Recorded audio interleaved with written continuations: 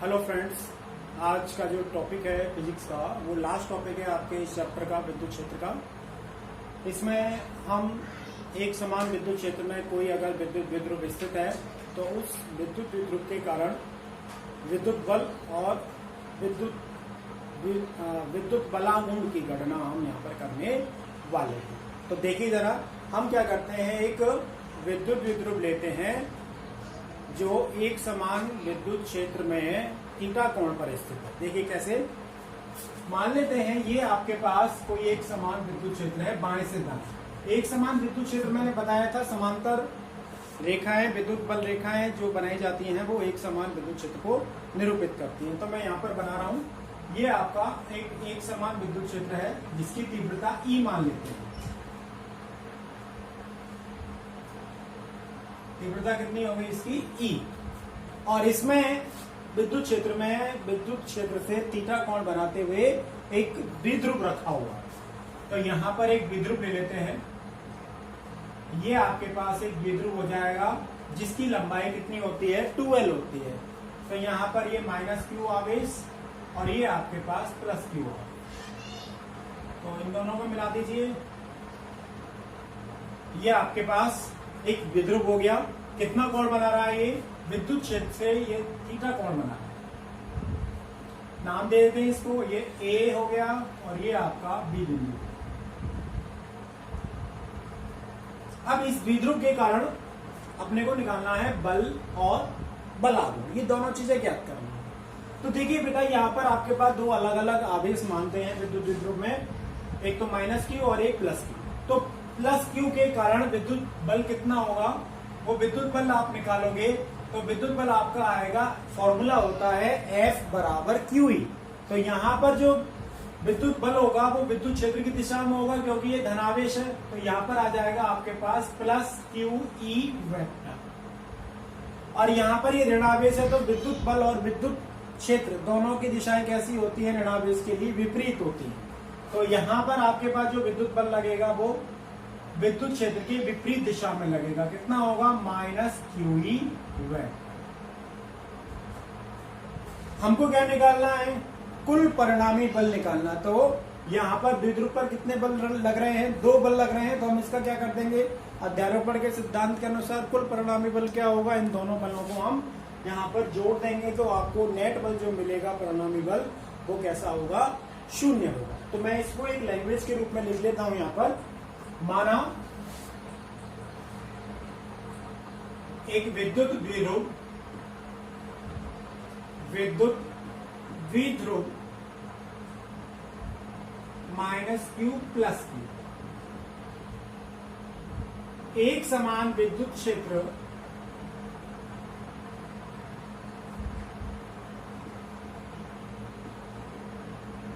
E में theta कोण पर स्थित है।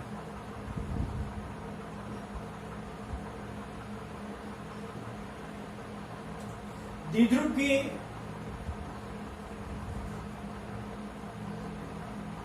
+Q आवेश पर विद्युत क्षेत्र के कारण बल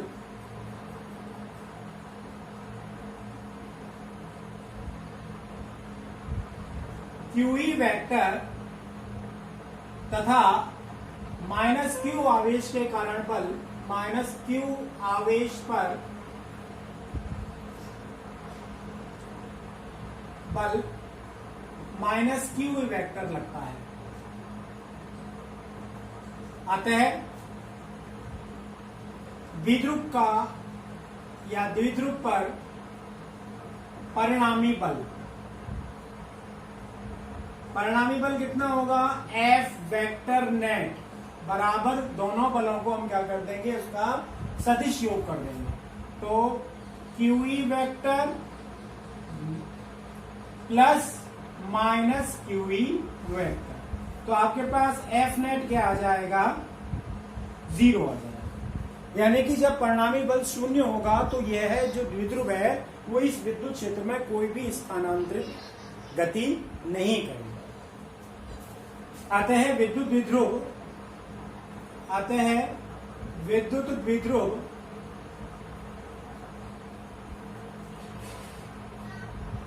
कोई भी स्थानांतरीय गति नहीं करेगा। अब जब ये द्विध्रुव स्थानांतरीय गति नहीं कर सकता तो फिर क्या करेगा, घूर्णन गति करेगा। तो उसके लिए हम क्या कहते हैं, देखिए बेटा चित्र में आप देखोगे कि दोनों आवेशों पर जो बल लग रहा है उनकी क्रिया रेखाएं कैसी हैं, अलग अलग है। प्लस क्यू आवेश पर लगने वाला बल विद्युत क्षेत्र की दिशा में और माइनस क्यू आवेश पर लगने वाला बल विद्युत क्षेत्र के विपरीत दिशा में है। इन दोनों की क्रिया रेखाएं कैसी हैं, अलग अलग है। जब दोनों की क्रिया रेखाएं अलग अलग होती हैं तो ये दोनों बल एक बल युग्म का निर्माण करते हैं, जिसे हम क्या बोलते हैं, बलाघूर्ण बोलते हैं। तो इसको लिख लेते हैं। क्योंकि द्विध्रुव पर लगने वाले दोनों बल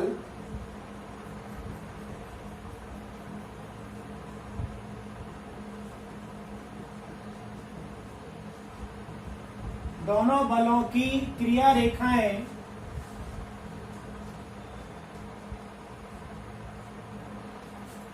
भिन्न भिन्न हैं, अतः दोनों बल एक बल युग्म का निर्माण करते हैं।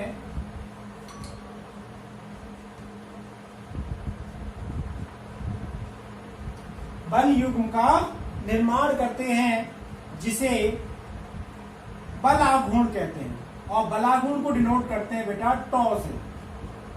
कैसे नोट करते हैं, टॉ से डिनोट। अब बलाघूर्ण का फॉर्मूला क्या होता है, आपने 11th में पढ़ा होगा। बलाघूर्ण का फॉर्मूला होता है बल का परिमाण इंटू बलों के बीच लंबवत दूरी। तो यहां देखिए बेटा चित्र में इस माइनस क्यू आवेश की क्रिया रेखा कौन सी है, ये डॉट डॉट लाइन बना रहा हूं मैं, और प्लस क्यू की जो क्रिया रेखा है वो इस तरह से है। अब इन दोनों के बीच लंबवत दूरी क्या होगी, हम क्या करेंगे, प्लस क्यू आवेश से लंब डालेंगे। जहां पर ये दूसरी रेखा जो आपको क्रिया रेखा दिख रही है उसको जिस बिंदु पर काटेगा, मान लेते हैं ये बिंदु है सी, ये 90 डिग्री का कोण है। ठीक है, तो बलाघूर्ण की परिभाषा से हम फॉर्मूला लिखेंगे बलाघूर्ण का।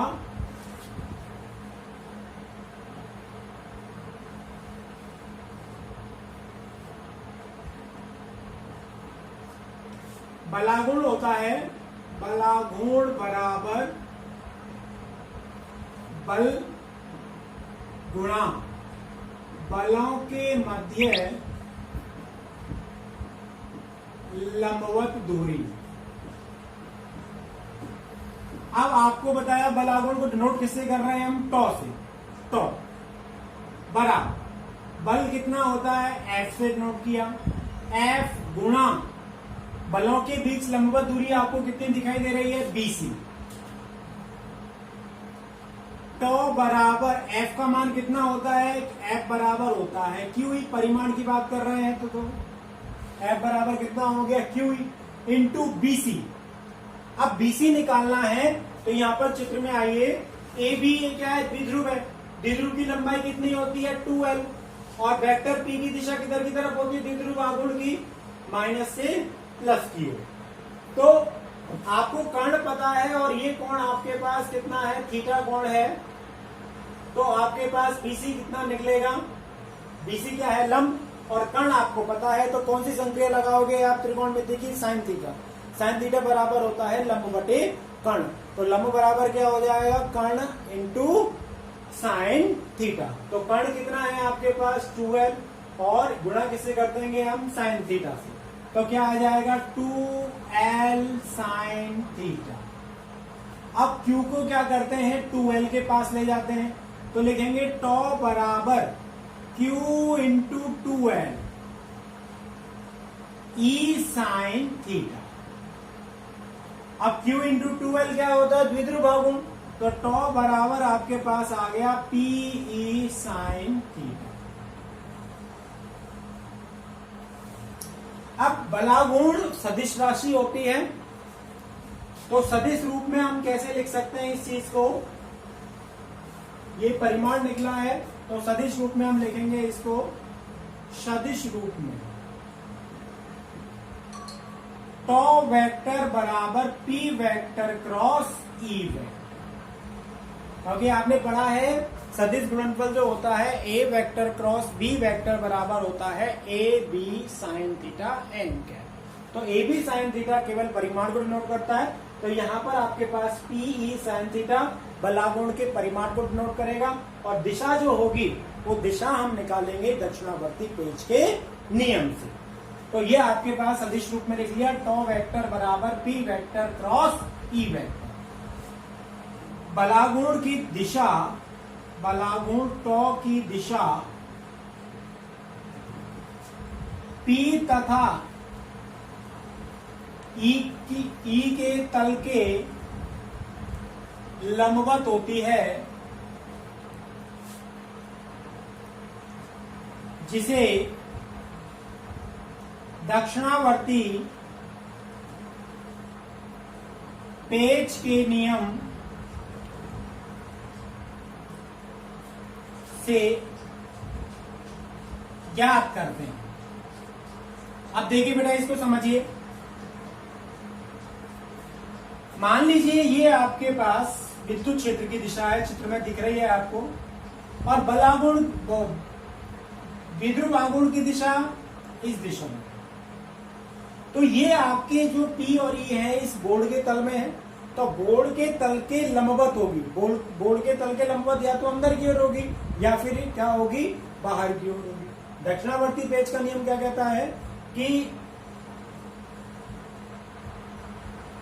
आप क्या करो, इसको P से E की ओर, P से E की ओर घुमाइए, तो ये आपका जो पेच है, पेच की जो नोक है जिस दिशा में जाएगी वह बलागुण की दिशा को निरूपित करेगी। तो हम क्या लिखेंगे, इस नियम के अनुसार, तो यहां पर आपकी दिशा किधर की तरफ निकल के आ रही है, अंदर की ओर निकल के आ रही है, इस बोर्ड के तल के लंबवत अंदर की ओर। तो कैसे लिखेंगे, इस नियम के अनुसार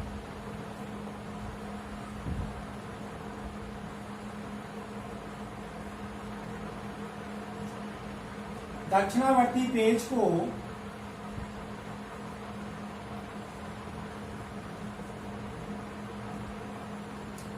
P तथा E वेक्टर के तल के लंबवत घुमाने पर पेज का नोक या पेज की नोक जिस दिशा में गति करती है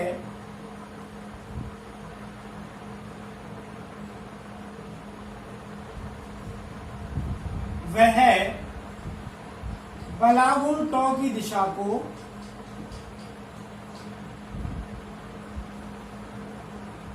व्यक्त करेगी। आपको क्या करना है, इसको P और E की दिशा में इसको पेज को रखना है। पेज को रख करके हम इसको क्या करेंगे, घुमाएंगे।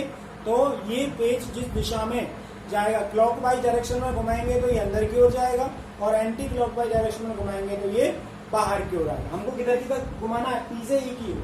तो जब पेज को घुमाएंगे तो पेज किधर की ओर जाएगा, अंदर की ओर जाएगा, इसलिए इसकी दिशा किधर की तरफ आएगी, बोर्ड के तल के लंबवत अंदर की ओर आएगी, इस चित्र के अनुसार। ठीक है। इसके बाद हमें इसमें दो केस हैं, वो दो केस देखिए। यदि ये द्विध्रुव विद्युत क्षेत्र के लंबवत है, यानी कि थीटा का मान कितना है, 90 डिग्री है, उस स्थिति में बलागुण कितना होगा। अगर ये द्विध्रुव विद्युत क्षेत्र की दिशा में है तो बलागुण कितना होगा, और अगर विपरीत दिशा में है तो बलागुण कितना होगा। ये तीन केसेस हमें फाइनल करने। तो एक एक करके देखते हैं। इसको मैं डाल देता हूं समीकरण नंबर 1 और इसको डाल देता हूं समीकरण नंबर 2। अब जरा यहां पर देखिए, जरा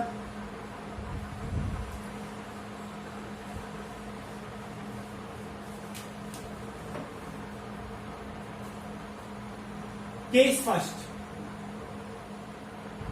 यदि थीटा बराबर 90 डिग्री, थीटा का मान कितना है, 90 डिग्री है, तो बलागुण कितना होगा, टॉ बराबर पी ई साइन 90।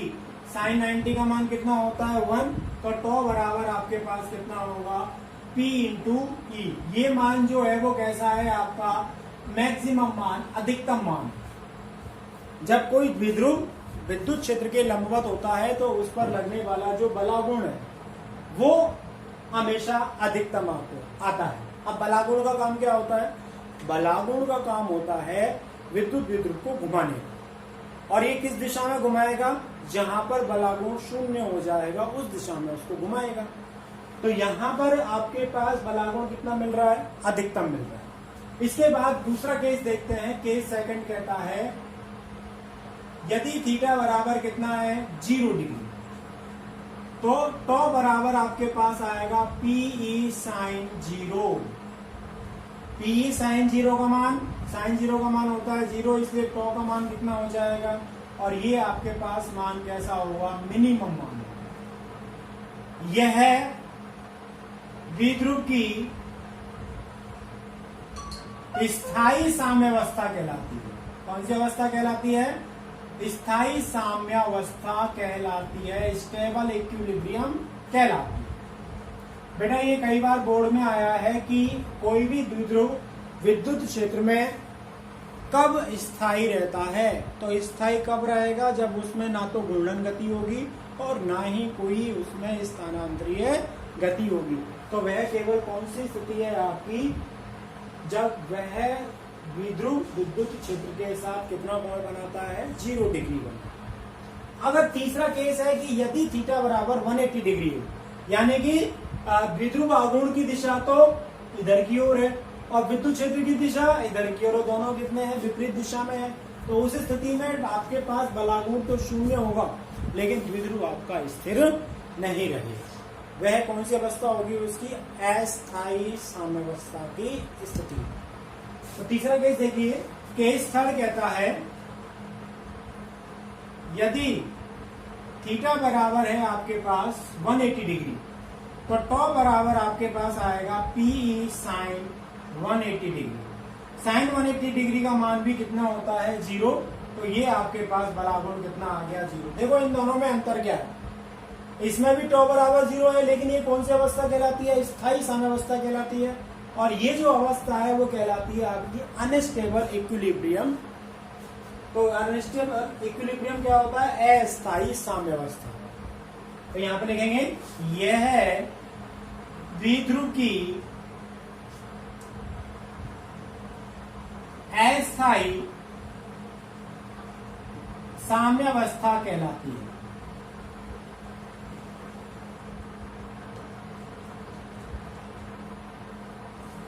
अब इतना मैंने आपको यहाँ पर आपका टॉपिक खत्म हो गया है। मैं बताना चाह रहा हूँ यहाँ पर बलागुण का आपने मात्रा के 11th में पढ़ा है। बलागुण का फॉर्मूला आपने देखा था कि बल इंटू बलों के बीच लंबवत दूरी। बल का मात्रा क्या होता है? न्यूटन। दूरी का मात्रा क्या होता है? मीटर। तो इसका मात्रा क्या बनेगा बेटा बलागुण का? Newton into metre. तो ये इसका क्या हो जाएगा? मात्रक हो जाएगा। विमीय सूत्र निकाल सकते हैं। बलागुण का जो विमीय सूत्र होता है M1L2T-2 होता है। कितना?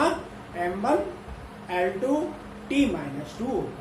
तो यहाँ पर आपका ये चैप्टर समाप्त हो जाता है। इसकी जो थ्योरेटिकल जो डेरिवेशन थे वो यहाँ पर आपके कंप्लीट हो जाते हैं। इसके बाद इसके बचते हैं केवल और केवल न्यूमेरिकल। मैंने आपको पिछले वीडियो में कहा था कि आपको अब न्यूमेरिकल देखने चाहिए किस तरह से इसके न्यूमेरिकल होते हैं। तो कई बच्चों ने प्रयास किए हैं और कुछ लोगों ने प्रयास नहीं किया है।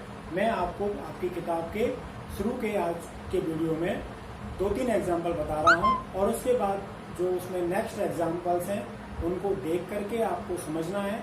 और समझ करके अगर आपको कोई प्रॉब्लम आती है तो आप अपने व्हाट्सएप ग्रुप पर मुझे मैसेज छोड़ोगे, जिससे मैं आपको अगले वीडियो में उन एग्जाम्पल्स की डिटेल आपको समझा सकूं। और भी अगर आपको इस चैप्टर में कंप्लीट चैप्टर में कोई प्रॉब्लम आती है तो वो प्रॉब्लम आप मुझे अपने क्वेश्चंस सेंड कर सकते हो और इसके बाद हम इसकी एक्सरसाइज पर चलेंगे। ठीक है, तो अभी इसके 1-2 एग्जाम्पल्स देखते हैं। तो यहाँ तक आपने कर लिया है, यहाँ तक आपके डेरिवेशन कंप्लीट हो चुके हैं, चैप्टर आपका समाप्त हो चुका है। तो इसके 1-2 न्यूमेरिकल देखेंगे केवल और उसके बाद आपको बाकी के न्यूमेरिकल्स स्वयं करना। प्रॉब्लम आएगी नेक्स्ट वीडियो में मैं उनको डिस्कस करूंगा। तो इसका जो पहला एग्जाम्पल है किताब का, वो किताब का एग्जाम्पल ये कहता है कि किसी भी धातु का कोई एक गोला है, उसको 1 कूलाम आवेश देने के लिए कितने इलेक्ट्रॉन निष्कासित करने पड़ेंगे। आपको कुल आवेश कितना देना है? 1 कूलाम। 1 कूलाम आवेश देने के लिए उससे इलेक्ट्रॉनों को निकालना पड़ेगा। आपको दे रखा है एग्जाम्पल नंबर फर्स्ट, मैं केवल सॉल्यूशन बता रहा हूं, आप अपनी किताब में से उस क्वेश्चंस को पढ़ लीजिए। कह रहा है कि एक गोला है, उसको आवेशित करना है कितने से? 1 कूलाम आवेश। क्यू का मान कितना है अपने पास? 1 कूलाम। इलेक्ट्रॉन कितने निकालने पड़ेंगे? क्योंकि किसी भी वस्तु को, किसी भी चालक को आपको अगर आवेशित करना है तो उसमें इलेक्ट्रॉन का ही क्या होता है? स्थानांतरण होता है। तो यहाँ पर आपके पास फॉर्मूला आपने पढ़ा है कि आवेश एक क्वांटमीकरण होता है, यानी आवेश का स्थानांतरण एक न्यूनतम संख्या के पूर्ण गुणज होता है, और वो जो न्यूनतम संख्या है वो 1 इलेक्ट्रॉन पर आवेश की मात्रा के बराबर होता है। तो आपने पढ़ा था फॉर्मूला Q बराबर होता है N। यहां पर आपको संख्या निकालनी है कितने इलेक्ट्रॉन ट्रांसफर करने पड़ेंगे। तो Q बटे E बराबर क्या हो जाएगा? ट्रांसफर होने वाले इलेक्ट्रॉनों की संख्या। तो N बराबर Q का मान 1 और E का मान कितना होता है? 1.6 गुणा 10 की घात माइनस 19। तो यहां पर आपके पास 1/1.6 इंटू 10 की घात प्लस क्या हो जाएगी? ये 19 हो जाएगी, क्योंकि 10 की घात माइनस 19 को अगर ऊपर लेकर के जाएंगे तो वो क्या बन जाएगा? उसका चिन्ह बदल जाएगा और वो प्लस का हो जाएगा। 1 में 1.6 का भाग लगाएंगे तो अपने पास जो वैल्यू आएगी वो वैल्यू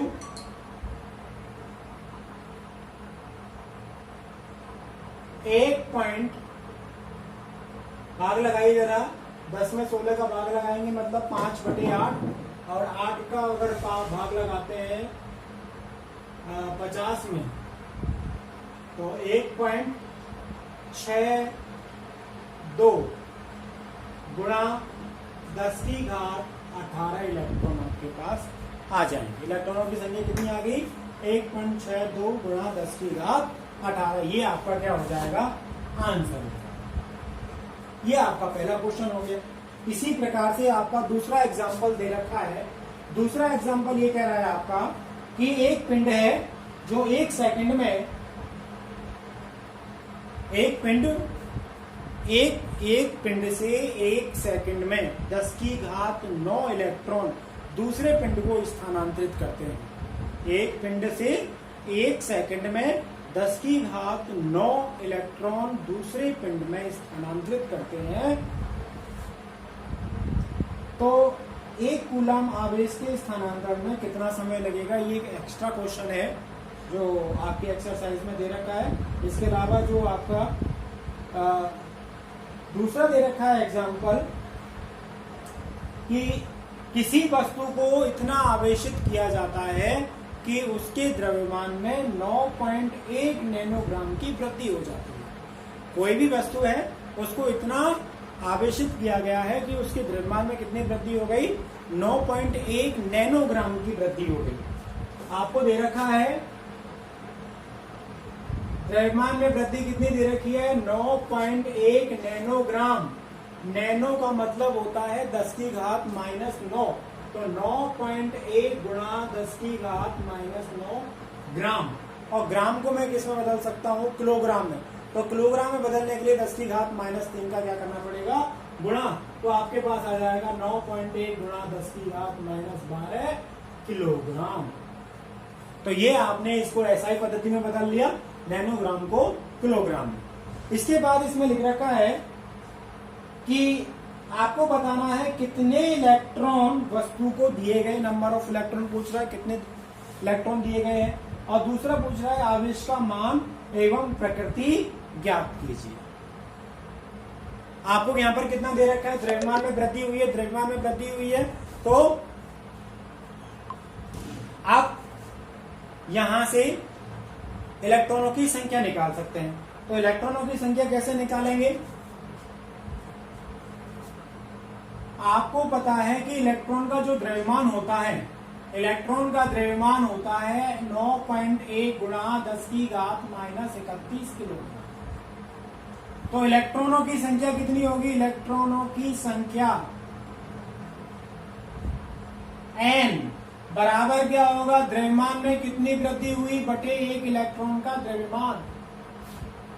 n बराबर आपके पास आएगा, द्रव्यमान कितना बढ़ा है? 9.1 गुणा 10 की घात -12 किलोग्राम बढ़ा है। और एक इलेक्ट्रॉन का द्रव्यमान कितना होता है? 9.1 गुणा 10 की घात -31। 9.1 से 9.1 कैंसिल हो गया, 10 की घात -31 ऊपर जाएगा तो प्लस बचेगा, प्लस के 31 और माइनस के 12 आपके पास आ जाएगा 10 की घात 19। कितने इलेक्ट्रॉन ट्रांसफर किए एक पिंड से? 10 की घात 19 इलेक्ट्रॉन ट्रांसफर किए हैं दूसरी वस्तु में। अब दूसरी वस्तु पर आवेश कितना हो जाएगा? आवेश का फॉर्मूला अभी बताया, Q बराबर क्या होगा? Ne। तो आवेश आपके पास आ जाएगा Q बराबर Ne। तो Q बराबर n का मान 10 की घात 19 और E का मान कितना होता है? 1.6 गुणा 10 की घात -19। तो प्लस के 19 माइनस के 19 10 की घात 0 हो गया, मतलब एक आपके पास आ गया 1.6 कूलाम। उस वस्तु को कितना आवेशित हुआ? कितने वस्तु से कितने आवेश से आवेशित हुई? 1.6 कूलाम से। आपको बताना है कि आवेश का मान एवं प्रकृति बताइए। आप बताइए, अगर किसी वस्तु को इलेक्ट्रॉन देंगे तो वो ऋणावेशित हो जाएगी, और जो वस्तु इलेक्ट्रॉन त्यागेगी वो कैसे हो जाएगा? धनावेशित हो जाएगा। तो त्यागने वाला बन गया धनावेशित और ग्रहण करने वाला क्या बन गया? ऋणावेशित। ठीक है। तो वस्तु की प्रकृति कैसी हो गई? ऋणावेशित हो गई, क्योंकि उसने ग्रहण किया है। तो ये आपके 2 एग्जाम्पल्स हो गए। इसके अलावा भी आपके 10-12 एग्जाम्पल्स हो रहे हैं, उनको आप एक एक करके उनको पहले उनके सॉल्यूशंस को समझिए और उसके बाद उनको करने की कोशिश कीजिए। अगर प्रॉब्लम आती है तो अपने व्हाट्सएप ग्रुप पे आप मुझे अपनी प्रॉब्लम्स को शेयर कर सकते हैं, जिससे मैं अगले वीडियो में आपको उनके सॉल्यूशंस को डिस्क्राइब कर सकूँ।